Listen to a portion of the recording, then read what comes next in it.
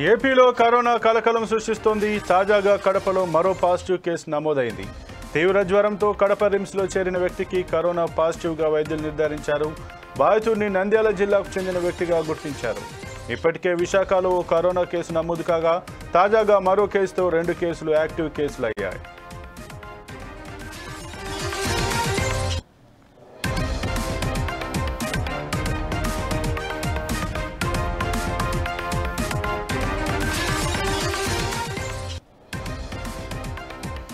దేశవ్యాప్తంగా కరోనా కేసులు నమోదవుతుండటంతో రాష్ట్రంలో కూడా పాజిటివ్గా వచ్చిందని, దీనిపై ప్రజలు ఆందోళన చెందాల్సిన అవసరం లేదని ఆరోగ్య శాఖ అధికారులు తెలిపారు. సరైన జాగ్రత్తలతో పాటు ప్రభుత్వ నిబంధనలను పాటించాల్సిన అవసరం ఉందని తెలిపారు.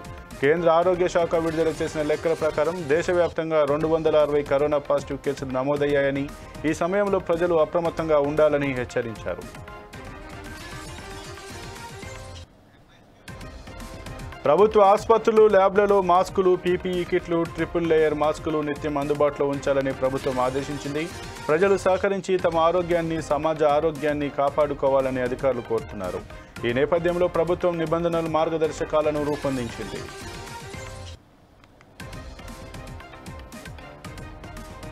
ఇక ఇదే అంశానికి సంబంధించి మరింత సమాచారం మా ఇన్పుట్ ఎడిటర్ శ్రీనివాస్ అందిస్తారు.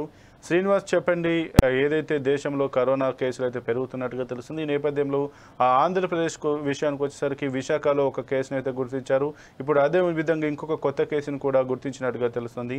దేని గురించి మీ దగ్గర ఉన్నటువంటి పూర్తి సమాచారం ఏంటి? రైట్ సంపత్, ఏదైతే కరోనా కేసులు దేశంలో పెరుగుతున్నాయని ఏదైతే వస్తుందో దాని గురించి పెద్దగా ఆందోళన చెందాల్సిన అవసరం లేదు.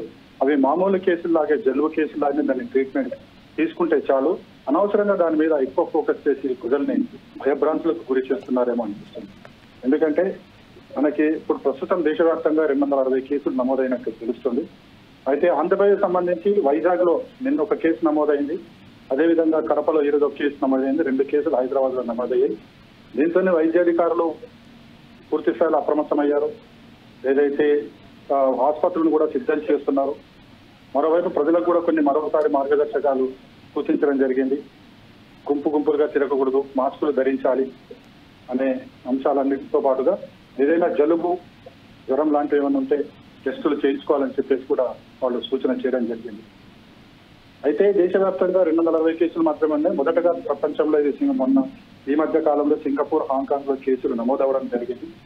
సో అక్కడ నమోదైన కేసులు ఏమైనా దేశంలోకి వచ్చాయా లేదనేది కూడా ఇప్పుడు చర్యలు తీసుకుంటున్నారు. అంటే ఒకవేళ దేశంలో ప్రవేశిస్తే ఎవరి ద్వారా వచ్చాయి, అలా అన్నిటి కూడా చూసుకుంటూ వచ్చారు. మనకు తెలుసు, మొన్న మహేష్ బాబు వైఫ్ సంబంధించిన అక్కకి కూడా కోవిడ్ పాజిటివ్ రావడం జరిగింది. అయితే ఇవి ఎక్కడి నుంచి మన దేశంలోనే వచ్చినవైతే దాన్ని పెద్దగా భయపడాల్సిన అవసరం లేదు. ఎందుకంటే మన దేశంలో ఇప్పటికీ కరోనా టోటల్ గా కంట్రోల్లో ఉంది. దేశం నుంచి ఇతర దేశాల నుంచి వచ్చినవైతే వాటి మీద కొద్దిగా అప్రమత్తంగా ఉండాల్సిన అవసరం ఉందని చెప్పి అధికారులు చెప్తున్నారు. ఏదేమైనప్పటికీ కూడా కరోనాకు సంబంధించి ముందస్తు జాగ్రత్త చర్యలు తీసుకుంటే సరిపోతుంది తప్ప పెద్దగా రోగులు ఆందోళన చెందాల్సిన అవసరం లేదు. గతంలో ఏవైతే వేరియంట్స్ వచ్చినా ఆ వేరియంట్స్ భిన్నంగా ఈ వేరియంట్ ఉంది. పెద్దగా దీని నుంచి ప్రభావం అయితే లేదు. ఎందుకంటే ఇది 4th వేరియంట్, 5th వేరియంట్. ఖచ్చితంగా ఒక వైరస్ వచ్చిందంటే వైరస్ సంబంధించి వేరియంట్స్ వస్తాయి.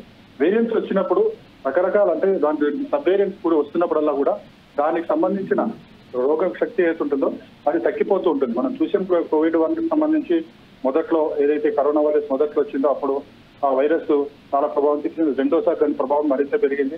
అయితే ప్రభావం పెరగడం కాదు, అక్కడ ఆందోళన చెందడంతో ఎక్కువ మంది మృత్యువాత పడ్డారు. కానీ ఆ తర్వాత వచ్చిన వేరియంట్స్ ఏవైతున్నాయో ఆ వేరియంట్స్ వాటి బలహీనపడుతూ వచ్చాయి. సో ఎక్కడైనా సరే ప్రపంచంలో ఒకసారి వైరస్ వచ్చిందంటే వైరస్ ఉంటుంది, ఎక్కడికి పోరు. ఎందుకంటే జలుబుకు సంబంధించి ఉదాహరణ జలుబుగా తీసుకుందాం. జలుబుకు వైరస్ ఉంది, అదేవిధంగా అంతకుముందు ఇతర వైరస్లు కూడా ఇప్పుడే ఉన్నాయి. ఆ కేసులు మనకు వస్తూనే రెగ్యులర్ గా కేసులు వస్తూనే ఉంటాయి. దానికి సంబంధించి తగిన ట్రీట్మెంట్ తీసుకుంటే సరిపోతుంది తప్ప దానికి సంబంధించి పెద్దగా భయభ్రాంతులు పడిపోయి ఏదో అయిపోతుందని మనం ఊహించుకుంటే అది మనకి వ్యక్తిగతంగా జరిగే ప్రమాదమే తప్ప అంతకు మించి పెద్దగా ఏముండదు.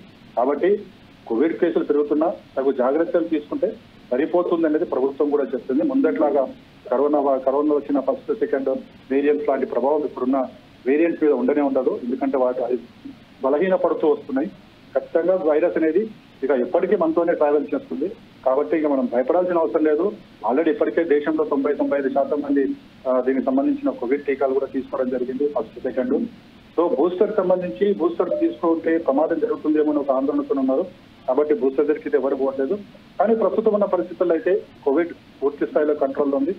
ఒకవేళ ఎవరికి వచ్చినా సరే తగు జాగ్రత్తలు తీసుకుంటే సరిపోతుంది తప్ప ప్రాణాపాయం అనేది ఎక్కడా ఉండబోదని మాత్రం స్పష్టంగా వైద్యులు చెప్తున్నారు. సంపత్.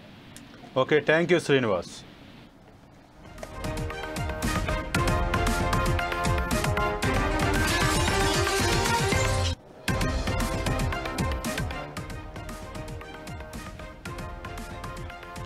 ఇక కరోనా వ్యాపిస్తున్న నేపథ్యంలో ప్రభుత్వం అప్రమత్తం చేస్తోంది. పార్టీలు, శుభకార్యాలు, ప్రార్థనా సభలు, సమావేశాలు మొదలైన గుంపులుగా ఉండే సమావేశాలకు దూరంగా ఉండాలని ప్రభుత్వాలు హెచ్చరిస్తున్నాయి. రైల్వే స్టేషన్లు, బస్టాండ్లు, ఎయిర్పోర్ట్స్లో కోవిడ్ నిబంధనలను తప్పనిసరిగా పాటించాలని ఆదేశించింది. 60 ఏళ్లు పైబడిన వారు, గర్భిణీలు ఇంటి నుంచి బయటకు రాకుండా ఉండాలని సూచించింది. ఇక చేతులు శుభ్రంగా కడుక్కోవాలని వైద్యులు చెబుతున్నారు. తుమ్మినప్పుడు, దగ్గినప్పుడు నోరు, ముక్కును కవర్ చేసుకోవాలంటున్నారు. జన సమూహాల్లో ఉన్నప్పుడు తప్పనిసరిగా మాస్క్ ధరించాలని చెబుతున్నారు వైద్యులు. దగ్గు, జలుబు, జ్వరం వంటి లక్షణాలు ఉంటే తప్పక పరీక్ష చేయించుకోవాలని అంటున్నారు. విదేశాల నుంచి వచ్చిన వారు తప్పనిసరిగా పరీక్షలు చేయించుకోవాలని తెలిపారు.